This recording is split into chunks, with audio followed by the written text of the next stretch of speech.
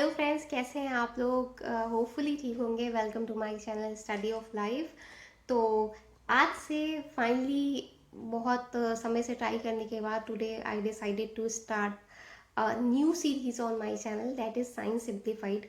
जैसा कि आप सबको पता है और मैंने अपने बायो में भी लिखा है कि yes, I am a researcher basically, so I have a lot of interest in the latest science research.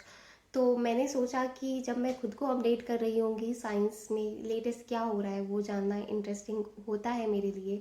और मैं तो मेरा ये एम था कि अपने व्यूवर्स को भी अपडेट किया जाए सिंप्लीफाइड मैनर में कि आखिर साइंस में नया क्या क्या हो रहा है, क्या क्या रिसर्च होती है जो कि हमारे लिए यूज़फुल हो सकती है किस तरीके से। तो यस, ये सीरीज़ आज से मैंने शुरू की है। आज इस सीरीज़ का फर्स्ट जो आर्टिकल है वो मैंने राइट डाउन कर लिया है आपको सुनाने के लिए अपने शब्दों में और सिंप्लीफाइड वर्जन में। तो शुरू करते हैं बिना किसी देर के। तो आज की जो लेटेस्ट रिसर्च है वो साउदर्न डेनमार्क में की गई है यूनिवर्सिटी ऑफ साउदर्न डेनमार्क में। और ये पब्लिश्ड है साइंस में। और इसमें इस रिसर्च का जो टॉपिक है वो यही है, जो कि बहुत मुझे इंटरेस्टिंग और बहुत कैची लगा, कि what is the thing which human can't but turtle can. तो यस, ऐसी कौन सी चीज़ है जो ह्यूमन नहीं कर सकते लेकिन कछुए कर सकते हैं। तो यस, वो चीज़ है एजिंग रोकना, एजिंग स्लो करना। तो इस रिसर्च में यही पब्लिश्ड इन लोगों ने, साइंटिस्ट ने किया है, ये खोजा है अपनी लॉन्ग टर्म स्टडी के बाद कि कछुए में क्या होता है कि एजिंग का प्रोसेस जो कि एक बहुत ही नेचुरल प्रोसेस है। एजिंग का मतलब आप सिंपली समझ लीजिए साधारण शब्दों में बुढ़ापा आना। तो वो अगर किसी ने जन्म लिया है तो उसे बड़ा होना है, बूढ़े होना है और अल्टीमेटली उसकी डेथ निश्चित है। लेकिन कछुए में क्या इन लोगों ने ढूंढा है कि कछुए में एजिंग बहुत स्लो होती है। और कुछ कुछ स्पीशीज़ में क्या होता है टर्टल की, ये निग्लिजिबल है। तो उन्होंने उसके पीछे एक रीज़न दिया है कि जैसे वो रीज़न मैं आपको सिंप्लीफाइड तरीके से समझाने की कोशिश करती हूँ कि हमारी बॉडी में जब एक बच्चा जन्म लेता है तो अब एक कंस्ट्रक्शन का प्रोसेस जिसे कहते हैं ग्रोथ, वो बढ़ता है। और वो बढ़ने के कारण क्या है कि उसमें कंस्ट्रक्टिव प्रोसेस जिसे कि साइंटिफिक भाषा में एनाबोलिज्म कहते हैं वो बहुत हाई रहता है। और उसमें चीज़ें बनती हैं, मतलब टिश्यू बनते रहते हैं, प्रोटीन बनता रहता है जिससे कि वो ग्रो करता है।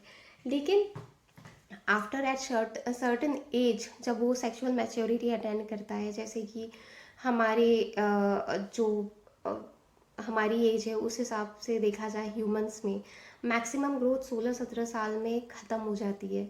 क्योंकि उस समय तक जो लड़का या लड़की सेक्सुअली मैच्योर हो चुके होते हैं, तो वो बॉडी की इंटरनल क्लॉक के हिसाब से उस तरह से हार्मोनल चेंजेस होते हैं, उस तरह से बॉडी में चेंजेस होते हैं कि सेक्सुअल ग्रोथ होती है, सेक्सुअली इंसान मैच्योर होता है। बट जो एनाबॉलिक ग्रोथ है वो हॉल्ट हो जाती है।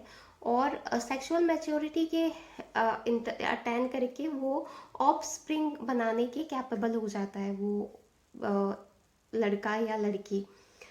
लेकिन ये ग्रोथ रुकने से क्या होता है कि ग्रोथ होना एक एनर्जी कंज्यूमिंग प्रोसेस है। क्योंकि आप खुद समझिए कि जब दो ग्रोथ क्या होता है कि अमीनो एसिड्स मिलके प्रोटीन बना रहे हैं और उस प्रोटीन से हम हमारे जो टिश्यूज़ बन रहे हैं, हमारे नए सेल्स बन रहे हैं, उससे ग्रोथ होती है।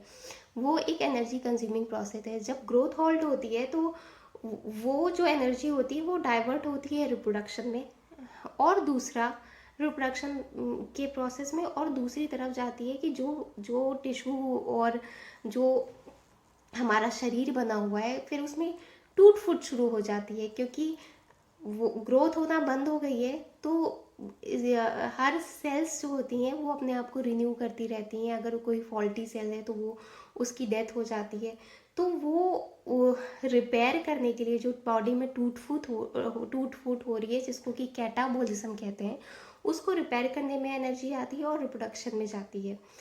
तो ऐसा नॉर्मल ह्यूमन बीइंग और अदर जो नॉर्मल ऑर्गेनिज्म है जिसमें एजिंग होती है, उसमें ये चीज़ें होती हैं। बट कछुए में उन्होंने क्या देखा, उन्होंने 57 स्पीसीज ली कछुए की, और उन्होंने जू एक्वेरियम में उन सबका ऑब्जर्वेशन किया। उन्होंने देखा पहली चीज़ कि सेक्सुअल मैच्योरिटी के बाद भी उसमें ग्रोथ होती रहती है।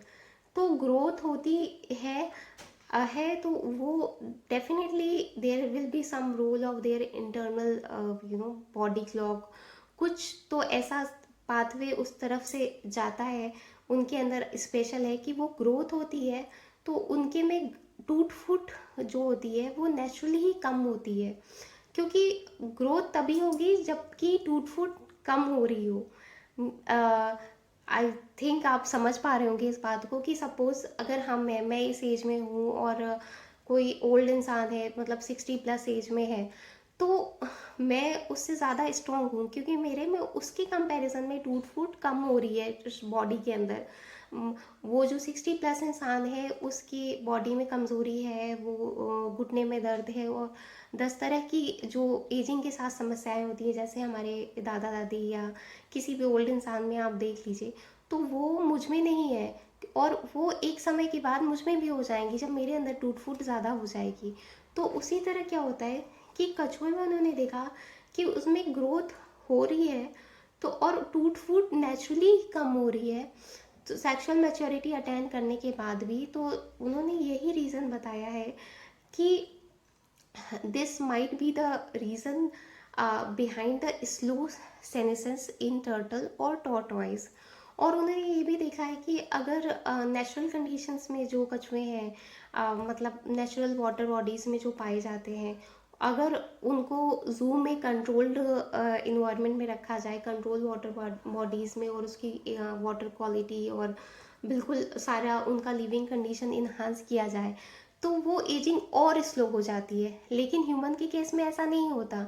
अगर आप बहुत ज़्यादा रिच हैं या बहुत ज़्यादा सुख सुविधाओं में रह रहे हैं तो भी एजिंग नहीं रुकती है। तो यस, ये दो फाइंडिंग उन्होंने देखी।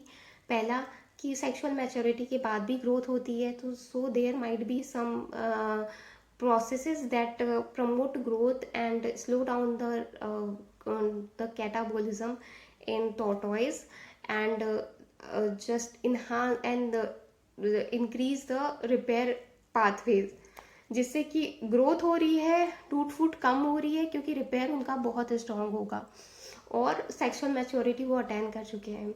और वो ह्यूमन से डिफरेंस इस तरीके से है कि ह्यूमन में ग्रोथ रुक जाती है सेक्सुअल मैच्योरिटी अटेन करने के बाद, और टूट फूट शुरू हो जाती है, और रिपेयरिंग होती है, लेकिन वो भी एज के साथ साथ रिपेयरिंग स्लो होती जाती है।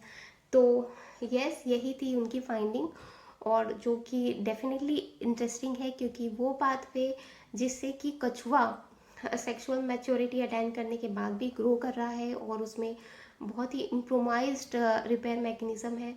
वो इंटरेस्टिंग होगा देखना। तो चलिए आगे देखते हैं कि क्या रिसर्च होती है इसमें। तो यस, आज की जो साइंस सिंप्लीफाइड का ये पहला आर्टिकल आपको कैसा लगा मुझे ज़रूर बताइएगा। मैं कोशिश करूँगी दूसरे आर्टिकल के साथ जल्दी ही आपसे मिलूँ।